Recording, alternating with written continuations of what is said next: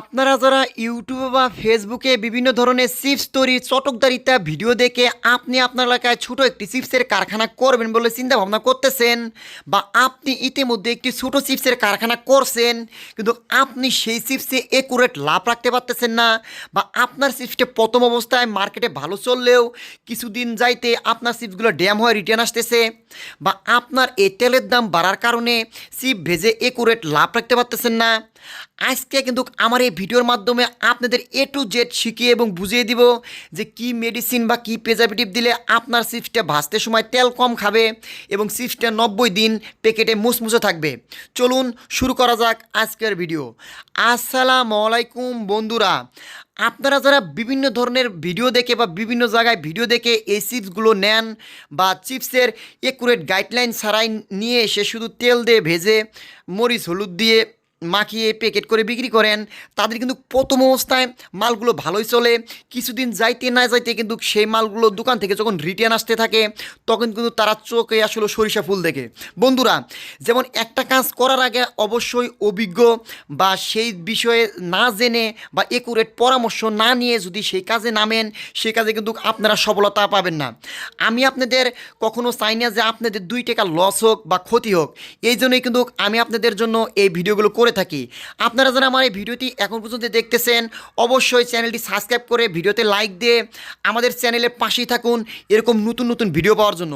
বন্ধুরা, আপনারা তো জানেন আমাদের এই উমর ফারুক টিপস 9 চ্যানেলে প্রত্যেকটা ভিডিওতে আমার একটা নাম্বার ইউজ করা হয়।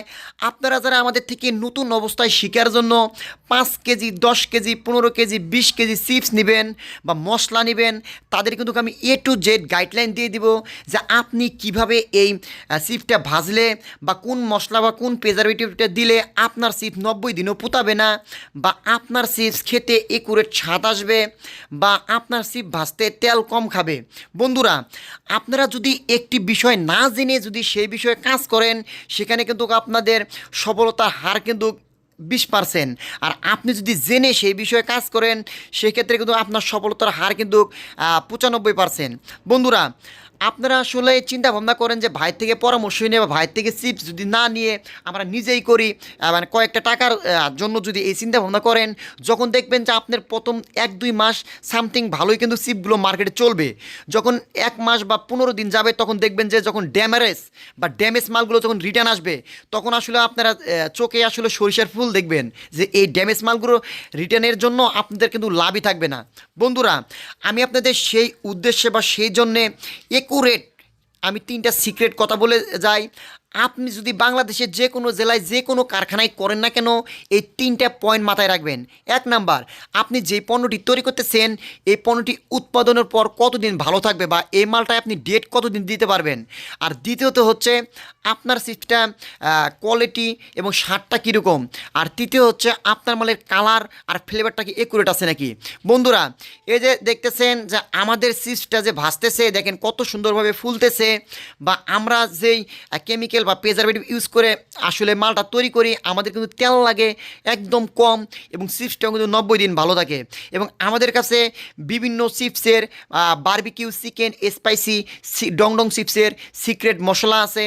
আপনারা যারা নিতে চান, আমার এই ভিডিওতে নাম্বার দেওয়া আছে, বাংলাদেশের যে কোনো জেলায় স্টেট পাস কুরিয়ারে আমরা মাল দিয়ে থাকি, তারা যোগাযোগ করতে পারেন। আর অবশ্যই আপনারা একটা জিনিস জেনে বুঝে তারপরে কিন্তু সেই ব্যবসায় নামবেন। আপনারা যদি ওই বিভিন্ন ধরনের ইউটিউবে বা ফেসবুকে চটকদারিতা বা তাদের ব্যবসার মানে সাফল্য অর্জনের জন্য এরকম ভিডিও দেখে আপনি শুধু যায় চিপস নিয়ে আসলেন না তেলে ভাইজা মার্কেটে নামে গেলেন আর আপনার একটা ব্র্যান্ড বা কারখানা হয়ে গেল, এটা কিন্তু কখনোই সম্ভব না। আপনি প্রথম ধাক্কায় কিন্তু পড়ে যাবেন, বা আপনার যে উদ্যোক্তা হওয়ার স্বপ্ন সেটা কিন্তু চিরতরে মাঠে মারা যাবে। তাই আপনারা অবশ্যই একটা অভিজ্ঞ যারা কারিগর বা কেমিস্টম্যান তাদের থেকে পরামর্শ নিয়ে আপনি যদি সফল একজন উদ্যোক্তা হিসেবে গড়ে উঠতে চান,